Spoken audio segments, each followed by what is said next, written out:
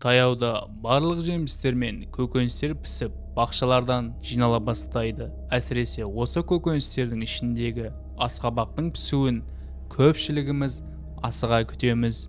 Біріміз асқабақтың өзін ұнатсақ, енді біріміз одан жасалған тағамдар мен дәмді бәліштерді сүйеміз.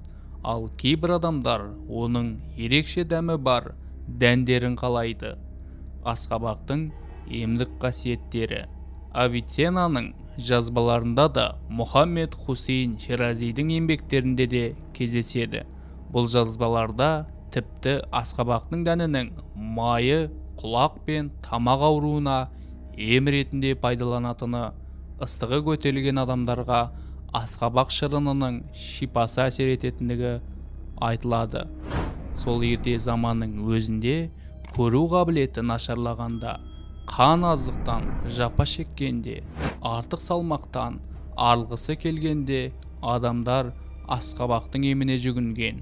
Сонымен қатар асқабақ асқазан мен ішектің шлактан тазартып, зат алмасуды тұрақтандырады.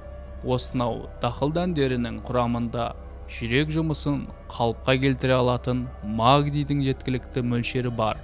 Магний жүрек бұлшықеттерінің жұмысын жақсартып, ырғақтың бұзылуына тосқауыл қояды. Ғылымда дәлелденгендей, холестериннің жоғары деңгейі жүрек қан тамырлары ауруын тудырады.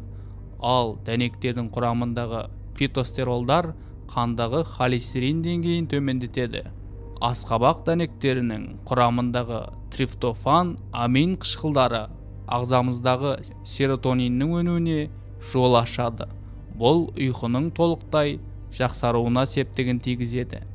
Дәнек құрамындағы цинк бас мидың жұмысын қалыпқа келтіріп, есте сақтау қабілетін жақсартып, ағзадағы шаршауды да басатын қасиетке ие. Дәнектердегі жасұнық ішек жұмысын белсенді етіп босата алады.